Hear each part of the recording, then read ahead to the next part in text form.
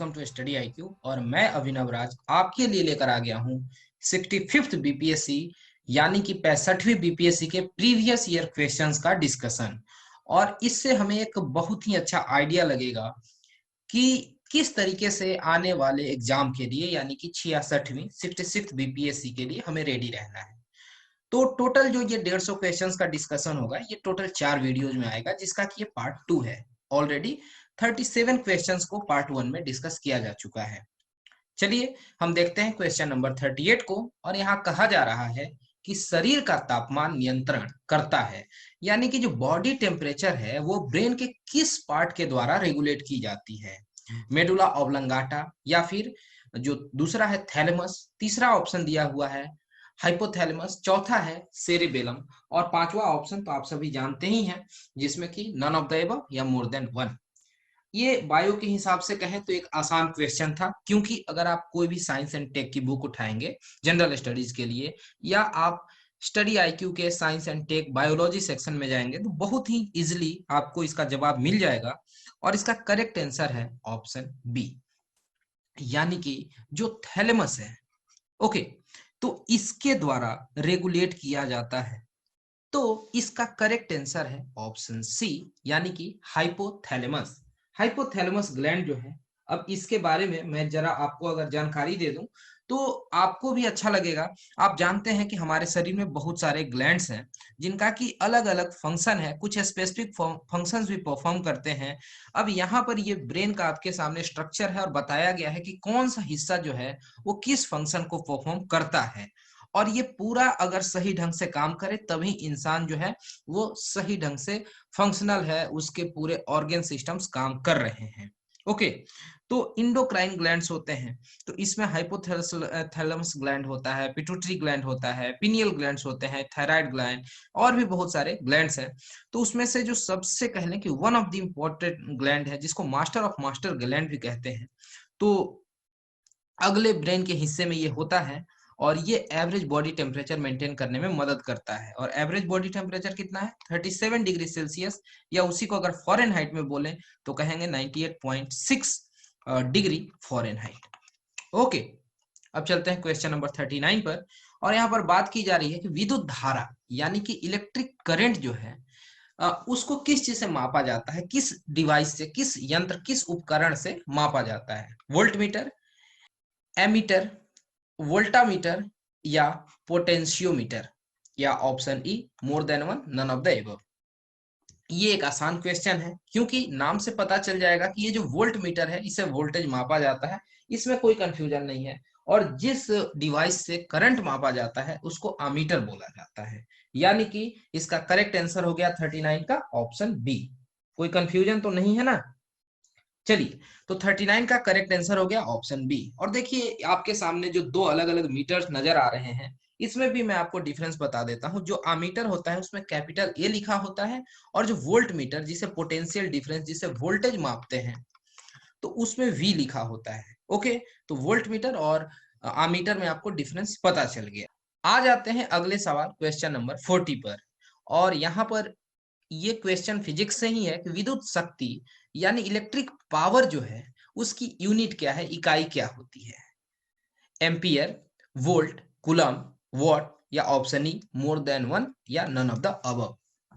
देखिए, जब भी बात आती है विद्युत शक्ति यानी इलेक्ट्रिक पावर की, तो पावर रेटिंग, आप जब भी कोई इलेक्ट्रिक उपकरण खरीदने जाते हैं तो आप पूछते हैं कि हाँ इसका क्या पावर है, कितना ये एनर्जी कंज्यूम करता है, और उसको मापा जाता है। उसके मापने के लिए जो स्टैंडर्ड यूनिट है, ऐसा यूनिट है, वो है वॉट। ठीक है, स्पेलिंग क्या होता है? WATT, what. ठीक है, और वाट, ये जैसे ये बल्ब्स होते हैं, नॉर्मली हम कहते हैं कि 100 वाट की बल्ब है। ठीक है, तो ये वाटेज होता है, ये बताता है कि कितना पावर कंज्यूम करेगा। और वाट का मतलब होता है केजी मीटर स्क्वायर पर सेकंड क्यूब। तो ये खास टाइम में कितना एनर्जी को कंज्यूम कर लेता है, इसी को कहते हैं कि ये पावर कितना कंज्यूम कर रहा है। तो 40 का सही जवाब हो गया ऑप्शन डी। अगले सवाल पर चलते हैं, क्वेश्चन नंबर 41, कि आधुनिक रसायन शास्त्र का जनक किसे कहा जाता है। Who is regarded as father of modern chemistry? Rutherford, Einstein, Lavoisier या sir C V Raman. Option E जो है नन ऑफ द अबव, और एक हो सकता है मोर than one of the above. तो जनक हैं एक ही होंगे तो ऑप्शन ई तो कभी नहीं होगा। ये हो सकता है कि इसमें से नन ऑफ द अबव हो, लेकिन यहाँ पर आंसर दिया हुआ है 41 का सही जवाब है ऑप्शन सी, यानी कि लोवेजियर जो है यही माने जाते हैं जनक मॉडर्न केमिस्ट्री के। अगर इनके बारे में अगर थोड़ा जानना हो तो इनका लाइफ पीरियड जो है देखेंगे तो 1743 से लेके ये 1794 तक का है। ओके, यही इनका लाइफ स्पैन है। ये एक फ्रेंच केमिस्ट थे और इनको कहा जाता है कि ये फादर हैं मॉडर्न केमिस्ट्री के। और इनका एक बहुत अहम योगदान है, he discovered the role of oxygen during combustion, कि कंबसन में किस तरीके से ऑक्सीजन हेल्पफुल होता है ये इन्होंने बताया है। साथ ही ऑक्सीजन का जो नामकरण है 1778 में इनके द्वारा किया गया। ओके, और हाइड्रोजन का नामकरण 1783 में इनके द्वारा ही किया जाता है। और इन्होंने बहुत तरीके के और भी कंट्रीब्यूशंस दिए हैं, जैसे कि मैट्रिक सिस्टम का जो डेवलपमेंट हुआ है, और इन्होंने पहली एक सूची तैयार की लिस्ट ऑफ एलिमेंट्स, जिसको लेकर फिर केमिकल नोमेनक्लेचर्स वगैरह हुए हैं। तो इनके ये सारे जो मतलब कंट्रीब्यूशंस हैं, साथ ही इन्होंने सिलिकॉन के एग्जिस्टेंस को प्रिडिक्ट किया है। और ये वो पहले व्यक्ति हैं जिन्होंने एस्टेब्लिश किया कि जो सल्फर है ये एक एलिमेंट है। ये बात बहुत पहले वो 1777 में कह चुके थे। ओके, तो कि सल्फर जो है वो एक एलिमेंट है, ना कि एक कंपाउंड है। और एंटोनी लेवोजियर जो है इनको गुलोटिन पर चढ़ा के मारा गया है। ये ऐसी दुनिया है कि इतने महान वैज्ञानिक को गुलोटिन पर चढ़ा के, जो रेन ऑफ टेरर था उस दौरान, इनको इस तरीके से एक्सक्यूट किया गया, जान से मार दिया गया। क्वेश्चन नंबर 42 पर आते हैं कि एक तत्व में इलेक्ट्रॉनों एवं न्यूट्रॉनों की संख्या क्रमशः 18 और 20 हैं। इस तत्व का द्रव्यमान कितना होगा? अगर मैं इसी बात को कह दूं इंग्लिश में, तो यहाँ लिखा गया है the number of electrons and neutrons in an element is 18 and 20 respectively. तो उसका मास नंबर कितना होगा? इट्स मास नंबर इज, ये आपको बताना है कि इसका मास नंबर कितना होगा। ठीक है, तो मास नंबर आपको कैलकुलेट करना है। तो ये बात आपको पता होना चाहिए कि एटॉमिक नंबर जो है उसको जेड से रिप्रेजेंट करते हैं और एटॉमिक मास जो है उसको ए से रिप्रेजेंट करते हैं। अब देखिए, जितने इलेक्ट्रॉन्स होते हैं उतने ही प्रोटॉन होंगे। तो इलेक्ट्रॉन्स की संख्या कितनी है? तो ये इलेक्ट्रॉन्स की संख्या हो गई, यहाँ पर बताया गया है कि 18 है। तो प्रोटॉन भी इतने ही होंगे, 18 ही प्रोटॉन होंगे। ओके, और यहाँ पर न्यूट्रॉन्स का संख्या दिया गया है कि न्यूट्रॉन्स इसमें है 20। और कभी भी जो एटॉमिक मास होता है वो प्रोटॉन और न्यूट्रॉन के मास को जोड़ने से आता है, क्योंकि इलेक्ट्रॉन्स में कोई वजन नहीं होता है अगर नॉर्मल टर्म्स में बात की जाए। तो यहाँ पे 18 प्लस 20 जोड़ देंगे तो हो जाएगा 38, और यही इसका मास नंबर हो जाएगा। तो अब आप काफी इजीली बता सकते हैं कि 42 का सही जवाब होगा ऑप्शन सी। कोई शक तो नहीं है ना? ओके, बहुत बढ़िया। अगले सवाल पे चलते हैं, क्वेश्चन नंबर 43, कि इसमें से किस एक केमिकल को कहते हैं कि हंसने वाली गैस है, यानी कि किस गैस को लाफिंग गैस कहते हैं? Nitric oxide, nitrous oxide, nitrogen पेंटा ऑक्साइड, या फिर नाइट्रोजन? ऑप्शन ई जो है इनमें से कोई भी नहीं या एक से अधिक। लाफिंग गैस का मतलब क्या हुआ कि अगर कोई इंसान उसको श्वास नली में अपने लेकर चला जाता है, उसको श्वास ले लेता है, तो वो हंसने लगेगा। वो एक तरीके से ऐसा नहीं है कि वो हंस रहा है, बल्कि इस तरीके से उसके शरीर में चेंजेज आ रहे हैं जो लगेगा कि वो इंसान हंस रहा है, और अल्टीमेटली एक्सेसिव हंसने की वजह से टाइम के साथ हो सकता है उसकी डेथ भी हो जाए। ओके, तो ये जो नाइट्रस ऑक्साइड है जिसका केमिकल फॉर्मूला है N2O, यही कहलाता है लाफिंग गैस, यानी कि 43, और 43 का सही जवाब ऑप्शन बी। अगर इसके बारे में जान लें तो ये जो टर्म है ये क्वाइन किया गया था हम्फ्री डेवी के द्वारा, और इसको यूज करते हैं एज ऑक्सीडाइजर इन रॉकेट मोटर। अगर इस बात को मैं हिंदी में कह दूं तो रॉकेट मोटर में नाइट्रस ऑक्साइड का उपयोग ऑक्सीकारक के रूप में किया जाता है। ठीक है, और इसका बहुत सारा यूज है, जैसे कि एरोसोल स्प्रे जो होता है, तो इसको यूज किया जाता है एक तरीके से कह लें कि फूड एडिटिव के रूप में, अगर बात करें एरोसोल स्प्रे प्रोपेलेंट्स में। ठीक है, चलते हैं अगले सवाल पर, क्वेश्चन नंबर 44 पर। और कहा जा रहा है कि निम्नलिखित में से कौन सा एक तत्व नहीं है, यानी which of the following is not a type of element, कि इसमें से कौन सा एक तत्व नहीं है। अभी ये सवाल बड़ा ही मजेदार है। आप देख पा रहे हैं यहाँ पर इस तरीके से ऑप्शंस दिए गए हैं। धातु, धातु का मतलब हो गया मेटल्स। अधातु यानी नॉन मेटल्स। गैस, गैस का मतलब गैस सिंपली आप जानते हैं। और उपधातु यानी मेटलॉइड। अब आपको सही जवाब बताना है इसका। और आप देखेंगे कि जो धातु हैं मतलब मेटालिक बहुत सारे एलिमेंट्स होते हैं, नॉन मेटालिक एलिमेंट्स होते हैं, मेटलॉइड जो हैं वो भी एलिमेंट्स होते हैं। लेकिन गैस क्या है, ये एक तरीके का मिक्सचर है, ये एलिमेंट कोई नहीं है, ऐसा आपको पता होना चाहिए। ठीक है, तो तीन तरीके के तत्व होते हैं, धातु, अधातु और तीसरा हो गया जो उपधातु यानी मेटलॉइड जो हो गया, यानी सेमी मेटल जिनको कहते हैं। अब सबके एग्जांपल्स होते हैं, आप जानते ही हैं।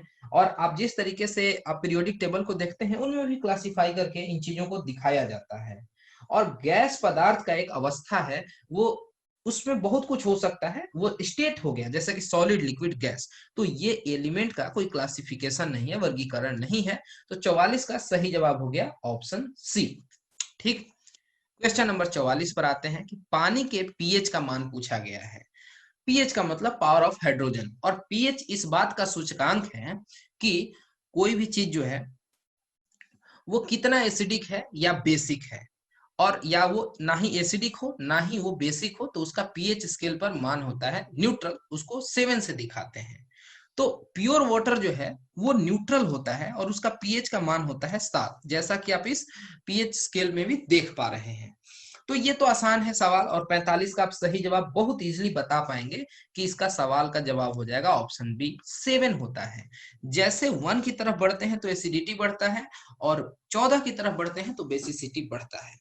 ध्यान दीजिएगा एक बात पे कि एक सवाल बीपीएससी में ही पूछा गया था, साल मुझे नहीं याद आ रहा है, और उसमें इस तरीके से पूछा गया था कि 7 पीएच किस चीज का होता है।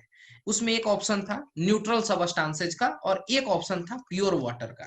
तो जिन्होंने 7 देखा पीएच और यहाँ न्यूट्रल टिक कर दिया, किन्हीं को प्योर वाटर दिखा उन्होंने टिक कर दिया, लेकिन उसका सही आंसर ऑप्शन ई था, क्योंकि एक से ज्यादा ऑप्शन सही थे। तो बीपीएससी के सवाल जो है भले ही निगेटिव मार्किंग नहीं होते हैं, लेकिन काफी ध्यान से आपको देखना होता है। कई बार आप यहाँ पर छोटी छोटी चीजों में मार खा जाते हैं। क्वेश्चन नंबर 46 पर चलते हैं। और ये भी सवाल बीपीएससी का बहुत फेवरेट है और ये काफी कंट्रोवर्शियल भी है। जैसे यहाँ पर कहा गया है कि ग्रीन हाउस गैसों के मुख्य घटक होते हैं या होता है, main component of green house gases is. तो देखिए यहाँ पे जो क्वेश्चन पूछा गया है ये सिंगुलर के तौर पे पूछा गया था। तो यहाँ पर लोगों ने सोचा था कि इसका एक मेन कंपोनेंट पूछा गया है और ग्रीन हाउस में अकेले 76% होता है CO2, तो ऑप्शन ए सही जवाब होना चाहिए। लेकिन आप देखिए ग्रीन हाउस गैस में ये मीथेन भी होता है, नाइट्रस ऑक्साइड भी होता है, ओजोन भी होता है, फ्लोरिनेटेड गैस यहाँ दिया गया है, इस चार्ट को आप समझ रहे हैं। तो बीपीएससी यहाँ पर क्या करता है कि ऐसे सवाल पूछ के और लोगों को कंफ्यूज कर देता है और अंत में ऑप्शन ई ले लेता है, ये कह के कि इसमें से एक से अधिक वाला हम जवाब सोचे थे कि आप दीजिएगा। तो देखिए यहाँ पर आपकी कोई गलती नहीं है। ऐसे आपने अगर ए ऑप्शन सही किया है तो आप टेक्निकली करेक्ट हैं, लेकिन बीपीएससी के पास्ट ट्रेंड को आपको समझना पड़ेगा, क्योंकि 64th में भी सेम क्वेश्चन पूछा गया था और 64th में भी बीपीएससी ने ई आंसर लिया था। तो थोड़ा सा प्रीवियस ईयर क्वेश्चन के डिस्कशन का ये मतलब निकल के आता है कि आपको ये पता होना चाहिए। ये बात बिल्कुल सही है कि कार्बन डाइऑक्साइड सबसे मेजर कंपोनेंट है ग्रीन हाउस गैसेज का, लेकिन सवाल और बीपीएससी का जवाब ये अपने आप में बहुत कुछ कह जाते हैं। और यही बात है कि आप स्कोर जब कर लेते हैं 100 और जब फाइनल आंसर की आता है तो वहां पे मार्क्स आ जाते हैं 93। तो ऐसे चीजों से बचना है तो आपको एक स्कोर 100 नहीं 108 या 110 करना होगा कि कितना भी बीपीएससी आपको सता ले तो आपको 100 पर ले आके छोड़ दे और आप हमेशा सेफ जोन में रहें। क्वेश्चन नंबर 47 पर आते हैं कि ऑक्सीजन अनुपस्थित होती है, मतलब कि इन सबस्टांसेज में किसमें ऑक्सीजन का प्रेजेंस नहीं होता है, किरोसन ऑयल में या फिर ग्लास में या फिर सॉइल में या फिर सीमेंट में। ये एक अच्छा सवाल है और जरा सा लॉजिकल सवाल भी है, आप इसको अटेम्प्ट कर सकते हैं। और देखिए जो किरोसिन होता है, जो ये पेट्रोलियम ऑयल है, हम लोग हिंदी में इसको मिट्टी तेल भी कहते हैं, मट्टी तेल कहते हैं। तो इसमें ऑक्सीजन की एब्सेंस होती है, कमी होती है, इसमें ऑक्सीजन जो है वो प्रेजेंट नहीं होता है। बाकी जो कुछ भी यहाँ दिया गया है, ग्लास, सोयल और सीमेंट, इसमें ऑक्सीजन का प्रेजेंस होता है। लेकिन अगर आपको किरोसिन को जलाना है तो उसके लिए ऑक्सीजन का होना, प्रेजेंस होना अगल बगल बहुत जरूरी है, ठीक ना। किरोसिन यूज करता है ऑक्सीजन को कंबसन को सपोर्ट करने के लिए, ठीक। नेचुरली सॉइल जो है उसमें एयर होता है और एयर का एक इंपॉर्टेंट कंपोनेंट है ऑक्सीजन, तो उसमें अवेलेबल होता है। और कंक्रीट स्ट्रक्चर को बांध के रखने के लिए ऑक्सीजन बहुत इंपॉर्टेंट है, जिसके बिना रिजिडिटी मिल ही नहीं सकती है। और ग्लास में भी प्रेजेंस होता है ऑक्सीजन का। चलते हैं अगले सवाल, क्वेश्चन नंबर 48 पर। और कहा जा रहा है कि प्राकृतिक रबर यानी कि जो नेचुरल रबर है वो एक पॉलीमर है। पॉलीमर का हिंदी होता है बहुलक है। किस चीज का? आइसोप्रीन या फिर स्टाइरिन का या फिर विनाइल एसीटेट का या फिर प्रोपिन का या ऑप्शन ई, इनमें से एक भी नहीं, एक में से अधिक। ये सवाल जरा ध्यान से आपको सुनना पड़ेगा, सोचना पड़ेगा, क्योंकि ये थोड़ा हटके है। लेकिन एक बार अगर आप इस चीज को पढ़ लेते हैं तो आपका ये गलत नहीं होगा।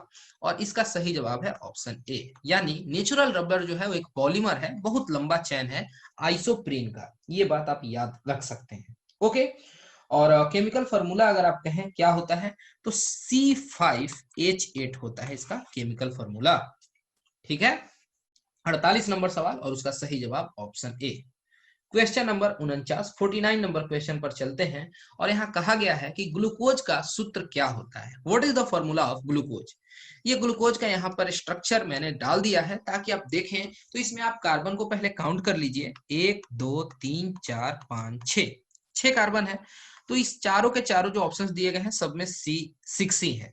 चलिए इतना क्या घुमाना है, सीधे आपको मैं बता ही देता हूं कि ग्लूकोज जो है उसका फॉर्मूला होता है C6H12O6, C6H12O6। इसमें काउंट कर लीजिए, आपको यह सेम फॉर्मूला यहाँ मिलता हुआ नजर आ जाएगा। और 49 का सही जवाब है ऑप्शन सी। और जो ग्लूकोज है ये एक तरीके का कहें कि सिंपल शुगर है, जिसका मोलिकुलर फॉर्मूला C6H12O6। और जो एक नॉर्मल शुगर होता है उसका फॉर्मूला जानते हैं C12H22O11। ये भी आप याद रख लीजिएगा, ओके। चीनी का सूत्र और ये ग्लूकोज का जो सूत्र है ये दे दिया गया है यहाँ पे, ठीक। आ जाते हैं अगले सवाल, क्वेश्चन नंबर 50 पर। और कहा गया है कि CO जो है कार्बन ऑक्साइड समूह का आबंध क्रम यानी कि बॉन्ड ऑर्डर पूछ दिया गया है। तो अगर आप बॉन्ड ऑर्डर निकालने बैठ जाएं तो ये बहुत ही ज्यादा नाइंसाफी होगी खुद के साथ। यहाँ पर ऐसे चीजों को आपको याद कर लेना चाहिए, कुछ कुछ चीजों का, कि बॉन्ड ऑर्डर होता ही कितना है। क्योंकि अब इसके लिए पूरी केमिस्ट्री की बुक लेकर आप बैठ जाएं तो ये भी ठीक नहीं होगा, ठीक है। तो जो लेविस का डिस्क्रिप्शन है कोवेलेंट बॉन्ड्स को लेके, और तो बॉन्ड ऑर्डर वहां पर बताया गया है, ठीक है। और ये इंडिकेट करता है कि किसी भी चीज की स्टेबिलिटी कितनी है, ओके। और जितना ज्यादा हायर बॉन्ड होता है उतना स्ट्रॉन्ग होता है केमिकल बॉन्ड, ठीक है। तो नंबरिंग से पता चलता है कि वो कितना स्ट्रॉन्ग बॉन्ड है। और CO जो है CO, तो इसका बॉन्ड ऑर्डर जो है वो होता है 3, यानी 50। और 50 का करेक्ट आंसर ऑप्शन डी। इसको आप याद कर लीजिए एक तरीके से, अगर रिपीट होता है। और बाकी चीजों का भी देख लेना चाहिए कि CO2 का कितना होगा, इस तरीके से थोड़ा आइडिया आप लेते रहिए चीजों को। जो भी लूसेंट वगैरह साइंस एंड टेक सेक्शन वहां पर है, वहां इन चीजों को अच्छे से बताया गया है, ये कहीं बाहर से सवाल नहीं आते हैं। क्वेश्चन नंबर 51 पर आ जाते हैं। आप देखते हैं बीपीएससी बुक्स एंड ऑथर्स पर बहुत ज्यादा फोकस किया है। और यहाँ पर एक बुक का नाम दिया गया है the origin of species. The origin of species, इस बुक के लेखक कौन है? लिनियस है या फिर लेमार्क है या फिर मेंडल है या फिर डार्विन है? तो ये विश्वविख्यात बुक है जिसने लोगों के सोचने का तरीका बदल दिया। और यहां से एक तरीके का चेंजिंग आ गया जियोग्राफी के भी समझ में, और साथ ही साथ साइंस और बायोलॉजी के भी समझदारी में। लोग समझने लगे कि ये ऐसा नहीं है कि हम देख रहे हैं बंदर है, ये इंसान है, तो ये अलग अलग हैं। इनका अगर ओरिजिन हम ट्रेस करें तो कहीं एक जगह से आ रहे हैं और पहले सिंगल सेल्ड ऑर्गेनिजम्स पैदा हुए होंगे, उसी से उसके पहले थोड़ा प्लांट्स का डेवलपमेंट हुआ होगा और एक लंबी चेन इस तरीके से बनी आ रही है। तो लोग यहाँ पर ये समझने लगे कि नेचर जो है उसको हम इग्नोर करके आगे नहीं बढ़ सकते हैं, नेचर है तो हम हैं। यहाँ पर कई तरीके का सोशल डेवलपमेंट चेंजेस भी आते हैं, लोगों के सोचने के तरीके में परिवर्तन आता है। ओके, तो बिना बात को घुमाए मैं सीधे ही आपको बता देता हूं कि ये चार्ल्स डार्विन साहब जो हैं उनके द्वारा ही ये बुक लिखी गई है, द ओरिजिन ऑफ स्पीसीज। और इन्होंने कई तरीके की थ्योरीज दी हैं, जैसे struggle for existence, natural selection, survival for the fittest. तो 51 और 51 का सही जवाब ऑप्शन डी। ठीक है, क्वेश्चन नंबर 52 पर चलते हैं। शैवाल और कवक यानी कि जो एल्गी है और जो फंजाई है, फंगी जो आप कहते हैं, ये दोनों मिलते हैं। इनके जो संबंध है, पारस्परिक संबंध जो है, उसको लाइकेन कहते हैं। ठीक है, लाइकेन। अब इसको लाइचेन मत बोलिएगा, लाइकेन कहते हैं। ओके, तो ये किस तरीके का इनका जो पारस्परिक संबंध है, क्या ये पैरासाइटिज्म कहलाता है? यानी कि ये हिंदी इंग्लिश आप एक ही जानिए। अगर आपने वो इन्वायरमेंट की जो सबसे विख्यात बुक है शंकर आईएएस इन्वायरमेंट, अगर आपने उसको सही से कवर किया है तो ये सवाल बहुत आसान है कि ये म्यूचुअलिज्म कहलाएगा, कमेंसलिज्म कहलाएगा, या कन्वेंशन कहलाएगा, कन्वर्सन कहलाएगा। ओके, तो आपको ये सोचना है, बताना है इसके बाद। तो देखिए यहाँ पर क्या होता है कि ये इस तरीके के पारस्परिक संबंध में है, मैं कई बार ये टर्म को रिपीट कर रहा हूँ। यहाँ ये हुआ कि दोनों को एक दूसरे से फायदा है और दोनों साथ में रह रहे हैं, तभी यहाँ इनका काम चल पा रहा है। अगर ये अलग अलग रहेंगे तो ये जीवित नहीं रह पाएंगे, और इस तरीके के इंटरेक्शन को म्यूचुअलिज्म कहते हैं। तो 52 और 52 का सही जवाब ऑप्शन बी। क्वेश्चन नंबर 53, कहा जा रहा है कि जहां जीव रहता है उस सटीक जगह को कहते हैं, द एक्चुअल लोकेशन और प्लेस वेयर ऑर्गेनिजम्स लिव, और ये उसको क्या कहते हैं, इज कॉल्ड, क्या कहते हैं उसको, आवास यानी कि हैबिटेट कहते हैं, या उसका पारितंत्र यानी कि इकोसिस्टम कहते हैं, या उसका नीश कहते हैं, या उसको बायोम कहते हैं। क्या कहेंगे, जहां जीव रहता है। ओके, तो जहां जीव रहता है वो उसका आवास होता है। ये बहुत आसान सवाल है। अब लोग यहाँ सोचने लगते हैं कि बीपीएससी इतना आसान सवाल पूछ सकता है, और इसको लेकर फिर वो अपना जितना ज्ञान जानते हैं सब लगा देते हैं और यहाँ बहुत ज्यादा गलत कर बैठते हैं। तो कभी कभी एकदम हल्के दिमाग से भी चीजों को सोच लेना चाहिए। जो जहां रहता है आवास हो गया उसका। ओके, क्वेश्चन नंबर 54 पर आ जाते हैं कि सौर ऊर्जा एटीपी में बदलती है, यानी solar energy is converted into ATP in, ये सेल के अंदर किस ऑर्गेनेल्स के द्वारा सोलर एनर्जी को एटीपी में कन्वर्ट किया जाता है? माइटोकॉन्ड्रिया के द्वारा, या क्लोरोप्लास्ट के द्वारा, या राइबोसोम के द्वारा, या फिर ये पेरोक्सीसोम के द्वारा? ये एक टफ क्वेश्चन है। अगर मेरे से पूछा जाए तो मैं इसे टफ कैटेगरी में रखूंगा। यहाँ लोग कंफ्यूज हो सकते हैं, और इसका सही जवाब है ऑप्शन बी, क्लोरोप्लास्ट। आप जानते हैं कि ये प्लांट सेल में पाया जाने वाला एक कंपोनेंट है, और इसी का काम है कि ये इसके अंतर्गत जो होते हैं क्लोरोफिल होते हैं, क्लोरोफिल होते हैं। क्लोरोप्लास्ट में जो पिगमेंट होता है जो हरा कलर उसको देता है, क्लोरोफिल ही हरा कलर देता है, और इनका यही काम है कि एनर्जी को टैप करते हैं, और यही रिस्पॉन्सिबल है कि उसको एटीपी में कन्वर्ट कर देते हैं। और माइटोकॉन्ड्रिया जो है, इसका अगर काम आप कहें तो ये एरोबिक रेस्पिरेशन के काम आता है, और इस तरीके से इसको कहते हैं कि पावर हाउस ऑफ सेल है। ठीक, क्वेश्चन नंबर 55 पर चलते हैं कि प्रकाश संश्लेषण का उपोत्पाद क्या है, यानी कि इसका बाई प्रोडक्ट क्या है? कार्बन डाइऑक्साइड, या ऑक्सीजन, या एनर्जी, या फिर शुगर, शर्करा, या एक से अधिक, या इनमें से कोई नहीं? तो सीधे सीधे आपसे पूछा गया है, इसमें बिना कंफ्यूज हुए आपको सही जवाब दे देना है कि ये जो प्रकाश संश्लेषण का बाई प्रोडक्ट पूछा जा रहा है, तो ऑक्सीजन जो है इसका बाई प्रोडक्ट है, यानी यही इसमें एक्स्ट्रा हो जाता है। चलिए आपको मैं इसको फॉर्मूला से भी समझा देता हूं। तो यहाँ पर आप देखते हैं कि कार्बन डाइऑक्साइड चाहिए होता है, और क्या चाहिए होता है, ऑक्सीजन के, सॉरी, वाटर चाहिए होता है। तो ये दोनों जब रिएक्ट करते हैं तो इसका पर यहाँ पर ग्लूकोज बनता है। ग्लूकोज का फॉर्मूला भी हमने देखा, C6H12O6। इसके साथ ही साथ क्या होता है, यहाँ पानी, जैसे पानी वापिस आ जाता है यहाँ पे, और इसके साथ ही ऑक्सीजन प्रोड्यूस होता है, O2। ये बाई प्रोडक्ट है। अब चलिए बैलेंस कर देते हैं। इस तरीके से आप देखें कि ये जो ऑक्सीजन होता है यही इसका उत्पाद है यानी बायो प्रोडक्ट है। तो 55 और 55 का सही जवाब ऑप्शन बी। अगला सवाल क्वेश्चन नंबर 56, और यहाँ पर ये पूछा गया था कि पटना उच्च न्यायालय के मुख्य न्यायाधीश कौन थे जिन्होंने जुलाई 2019 में बिहार के राज्यपाल के रूप में श्री फागू चौहान को पद की शपथ दिलाई थी।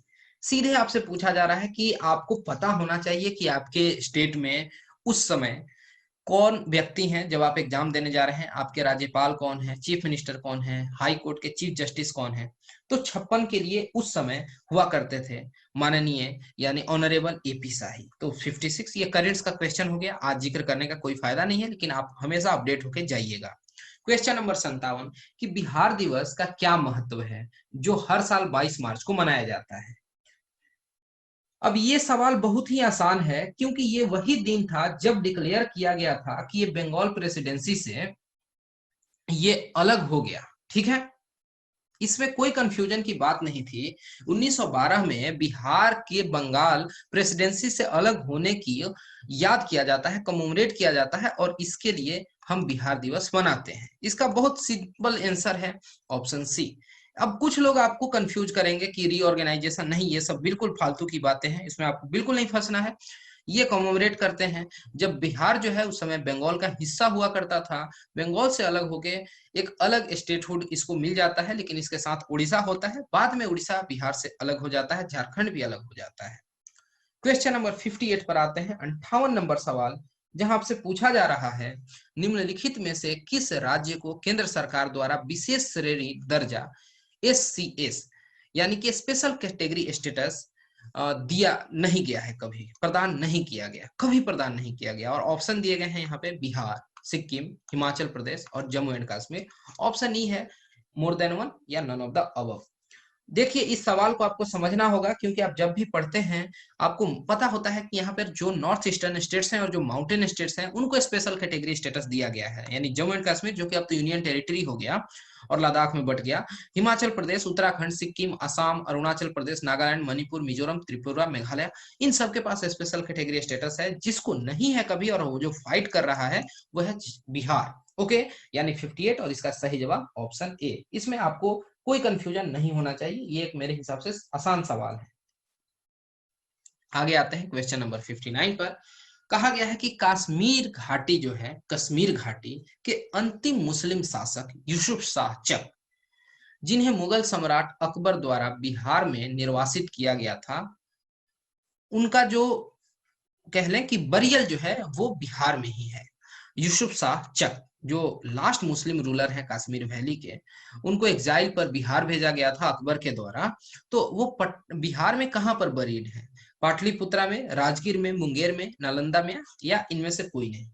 ओके, सोच के आपको सही जवाब बताना था।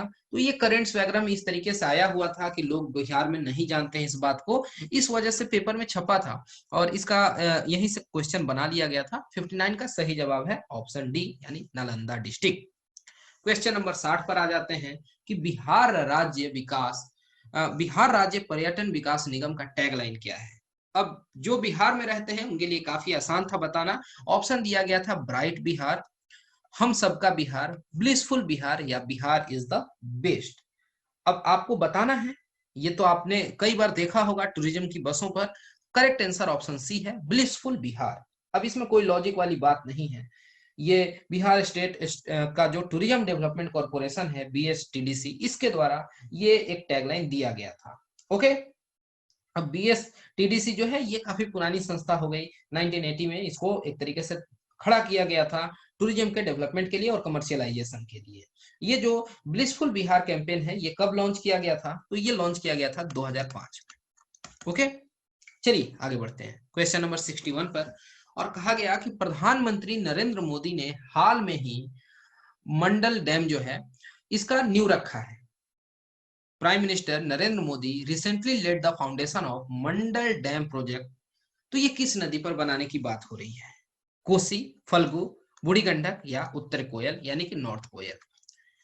अब इसके ऊपर आपको स्टडी IQ की एक डेडिकेटेड वीडियो भी मिल जाएगी यूट्यूब पर, आपको पता होना चाहिए, बिहार से इत्तेफाक रखने वाले ये सारे सवाल हैं, तो ऐसे ही पता होना चाहिए। सही जवाब क्या होगा? ऑप्शन डी, नॉर्थ कोयल, यानी कि बिहार और झारखंड से लोग एसोसिएटेड ये प्रोजेक्ट है और इसकी नींव रखी गई प्रधानमंत्री जी के द्वारा। क्या नाम हो गया? मंडल डैम। ठीक, चलिए क्वेश्चन नंबर 62। जुलाई 2019 में बिहार में महापाषाणिक स्थान, ठीक है, यानी कि मेगालिथिक साइट जो है, के पहले प्रलेखन के लिए विशेषज्ञों ने निम्नलिखित में से किस जिले का दौरा किया? पटना, कैमूर, मधुबनी और बांका, 4 ऑप्शन दिए गए हैं और आपको सही जवाब बताना था। अब जब मैं ये वीडियो रिकॉर्ड कर रहा हूं तो ये बात हो रही है नवंबर 12 2020, जब मैं ये रिकॉर्ड कर रहा हूं, और आज से 4 दिन पहले यानी 8 नवंबर को दैनिक जागरण में भी इससे रिलेटेड फिर से एक आर्टिकल छपा हुआ था। इसका सही जवाब मैं बता देता हूं। ये बात है कैमूर डिस्ट्रिक्ट की। यहीं पर इस तरीके से मेगालिथिक साइट जो है, इसको देखने के लिए एक्सपर्ट्स ने विजिट किया था। न्यूज में काफी रहा था कि इसको डेवलप किया जा सकता है आगे।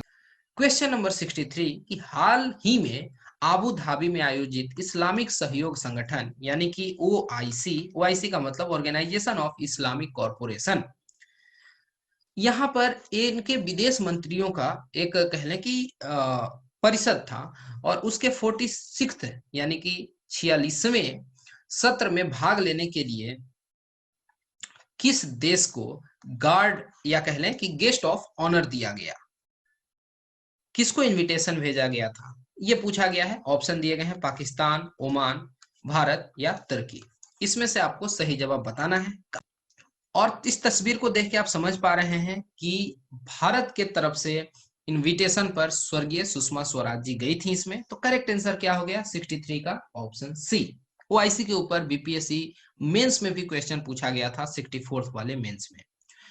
क्वेश्चन नंबर 64 पर चलते हैं कि हाल ही में इसरो और सीएनईएस ने संयुक्त समुद्री निगरानी प्रणाली, यानी कि अगर मैं इस बात को इंग्लिश में कह दूं तो joint maritime surveillance system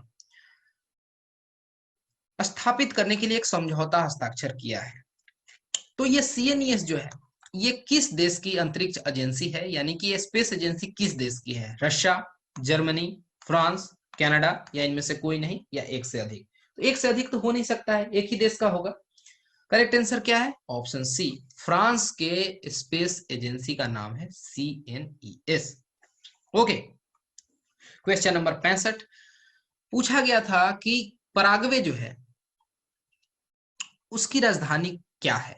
Paraguay की राजधानी कौन सी है, जहां कि भारत के उपराष्ट्रपति ने मार्च 2019 में दौरा किया था? तो ये करेंट्स में आया था, हमारे यहाँ के वाइस प्रेसिडेंट गए हुए थे, पूछ दिया गया। तो साउथ अमेरिका की कंट्री है, लैंडलॉक कंट्री है ये पराग्वे, और पराग्वे की राजधानी जो है असुंसियों है। ओके, यानी 65 का करेक्ट आंसर क्या हो गया? Option A, Asuncion. अब इसके लिए क्या है ना कि थोड़ा आपको करेंट्स में अपडेट रहना चाहिए कि आपके राष्ट्राध्यक्ष हैं या प्रेसिडेंट, वाइस प्रेसिडेंट या जो आपके विदेश मंत्री हैं, ये किन देशों के दौरे पर गए हैं, कहाँ नई सरकारें बनी हैं और कौन से देश हैं जो काफी ज्यादा न्यूज में रहे हैं, तो उनकी राजधानी वगैरह पता होना चाहिए। जैसे आजकल काफी ज्यादा मिडिल ईस्ट जो है वो न्यूज में रहता है। क्वेश्चन नंबर 66 पर चलते हैं। हाल ही में, यानी देखिए हाल ही में मतलब सारे करेंट्स के क्वेश्चन हैं। पूछा गया है कि 4th सेशन जो है यूनाइटेड नेशंस असेंबली यूएनईए का, जिसको यूएनईए 4 कहते हैं, उसका ऑर्गेनाइजेशन कहाँ हुआ था, कहाँ आयोजित किया गया था? फ्रांस के पेरिस में, या मंगोलिया के उलान बटोर में, या चाइना के बीजिंग में, या केन्या के नैरोबी में? अब आपको इसका सही जवाब बताना है। सोचिए और सही जवाब दीजिए, और करेक्ट आंसर है इसका ऑप्शन डी, यानी केन्या के नैरोबी में ये यूएनईए 4 ऑर्गेनाइज किया गया था। अब ऐसे चीजों को आपको याद नहीं रखना है क्योंकि ये तो घटनाएं घट गई हैं, और आपसे जब भी पूछा जाएगा, करंट से पूछा जाएगा, तो इससे आपको आइडिया लेना है। क्वेश्चन नंबर 67 पर चलते हैं कि मार्च 2019 की बात है कि सरकार द्वारा भारतीय सांकेतिक भाषा शब्दकोश के किस संस्करण का विमोचन किया गया, यानी India sign language dictionary release किया गया, तो उसका कौन सा एडिशन मार्च 2019 में रिलीज किया गया था? पहला, दूसरा, तीसरा, चौथा, इस तरीके से पूछा गया। और इसका सही जवाब क्या है? ऑप्शन बी, यानी कि सेकेंड एडिशन, दूसरा। साइन लैंग्वेज आप समझ रहे हैं और आपके पास उसका रिप्रेजेंटेशन भी नजर आ रहा है। Question number 68 who succeeded Manohar Parrikar as chief minister of Goa after his death recently, कि मनोहर पर्रिकर की जगह, मतलब जब उनकी मृत्यु हो जाती है, तो गोवा के मुख्यमंत्री कौन बनते हैं? डायरेक्ट मैं आंसर बता देता हूं क्योंकि ऐसे क्वेश्चंस में टाइम वेस्ट करने का कोई फायदा नहीं है। तो 68, और इसका सही जवाब ऑप्शन सी, यानी प्रमोद सावंत। क्वेश्चन नंबर 69 कि 2018 का अंतरराष्ट्रीय गांधी शांति पुरस्कार विजेता कौन है? मतलब ये कि आपको हर साल इन चीजों को अपडेट कर लेना है कि किसको साहित्य अकादमी अवार्ड मिला है, ज्ञानपीठ अवार्ड किसको मिला है, अगर भारत से किसी को मैग्सेसे अवार्ड मिला है तो किसको मिला है, साथ में दुनिया भर में Nobel prize, Raman Magsaysay award किन किन व्यक्तियों को मिला है, मैन बुकर अवार्ड, ऑस्कर किसको मिला है, ग्रैमी किसको मिला है, और बाकी स्पोर्ट्स के भी सारे कैटेगरी मालूम होने चाहिए। तो 69 नंबर क्वेश्चन, और इसका सही जवाब है युहोई सशकावा। इनको गांधी शांति पुरस्कार दिया गया था 2018 का। क्वेश्चन नंबर 70 विश्व का पहला ऊंट अस्पताल किस शहर में स्थित है? World's first camel hospital is located in which city? Tehran, Jaipur, Bikaner, Dubai, या इनमें से कोई नहीं, एक से अधिक। फर्स्ट है तो एक ही शहर में होगा। तो देखिए 70 का सही जवाब है ऑप्शन डी, दुबई। मेरा मानना है कि मैक्सिमम स्टूडेंट्स ने इसका आंसर गलत दिया था क्योंकि उन्हें लगा था कि ये कुछ इंडिया का एक्सपेरिमेंट है और उन्होंने जनरली ऑप्शन सी को चूज किया था, लेकिन 70 का सही जवाब है option C, sorry option D, यानी कि ये दुबई में पहला ऊंटों का अस्पताल इस तरीके से बना था, खुला था। क्वेश्चन नंबर 71 पर चलते हैं। Yonex men's single of Yonex all England open badminton championship 2019 कौन जीता था? विजेता कौन था? अब ये चीजें जो है आपको अपडेट रहनी पड़ेंगी। मैं यहाँ पर सीधे बस आंसर बता सकता हूं आपको, और इसका सही जवाब है केंटो मोमोटा। ओके, ये इन्होंने जीतने का काम किया है all England open badminton championship men's singles में योनेक्स का। ठीक, बस इतना जान लेते हैं। क्वेश्चन नंबर 72 पर चलते हैं कि 5 राइनो श्रेणी के राष्ट्र जिन्होंने एक घोषणा पत्र the new Delhi declaration on Asian rhinos 2019 पर सिग्नेचर किया। इस बात को मैं इंग्लिश में कह देता हूं, the 5 rhino range Nations who signed a declaration the new Delhi declaration of Asian rhino, यानी इस एशियन राइनो रीजन की बात की जा रही है। तो इसमें कौन कौन से देश थे? तो एक इंडिया था, एक नेपाल था, एक मलेशिया था, एक इंडोनेशिया था। तो पांचवा देश कौन सा था, ये पूछा जा रहा है आपसे।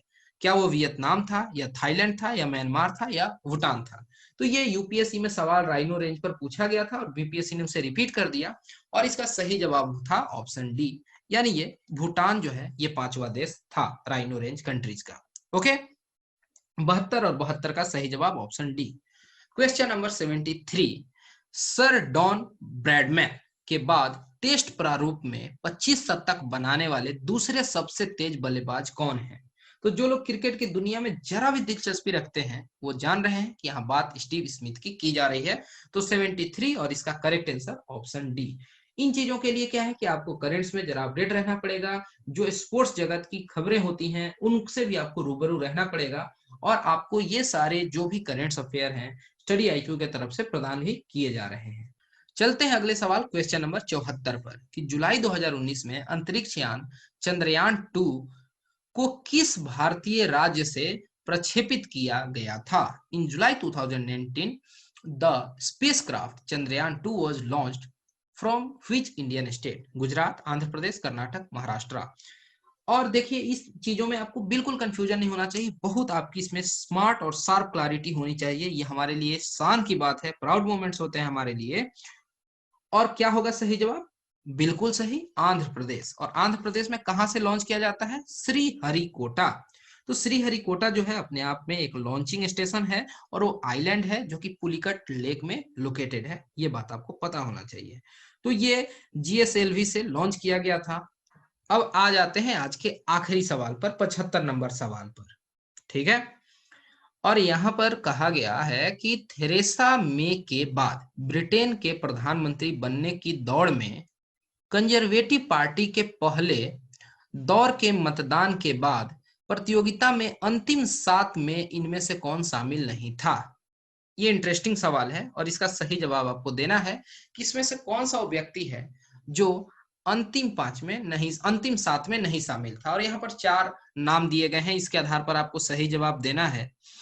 अब ये मेरे हिसाब से एक बहुत ही टफ क्वेश्चन है। तो ये दूसरे देश की बात की जा रही है, वहां के रैंडम लीडर्स का नाम दिया गया है और इसके आधार पर आपको सही जवाब देना था। टफ क्वेश्चन है, लेकिन देखिए अंतिम दौर में जो भी व्यक्ति शामिल थे तो उसमें ये मैथ्यू हैनकॉक थे, इनके साथ ही साजिद जाविद थे, डोमिनिक राव थे, ओके, जेमरी हंट थे, बोरिस जॉनसन थे, रॉकी स्टीवार्ट थे या रॉरी स्टीवार्ट थे, माइकल गोव थे। लेकिन ये जो मार्क हापर हैं ये नहीं थे, तो 75 का करेक्ट आंसर ऑप्शन डी हो गया। लेकिन आज इस सवाल का कोई अहमियत नहीं है, ये बस आपको बता सकता है कि अभी हाल में यूएस इलेक्शंस हुए हैं तो वहां के बारे में आपको पता होना चाहिए, पार्टियों के बारे में, कौन कौन व्यक्ति कंटेस्ट किए थे, किस पार्टी से आते हैं, क्या यूएस में इलेक्शन की पद्धति है, थोड़ा आइडिया होना चाहिए। इस तरीके से हमने 65वीं बीपीएससी के 75 सवालों को देख लिया है और यहाँ पूरी उनकी आंसर की सूची दी गई है, इसको आप देख सकते हैं अगर आपको कोई कंफ्यूजन होता है तो। ओके, और फिर हम आगे मिलेंगे तो आगे के क्वेश्चंस को डिस्कस करेंगे। फिलहाल इस वीडियो में इतना ही, लेकिन अगर आपके मन में कोई डाउट है तो आप doubt.studyiq@gmail.com पर लिख सकते हैं या फिर नंबर्स को भी कॉन्टैक्ट कर सकते हैं। Thanks for watching and have a great day.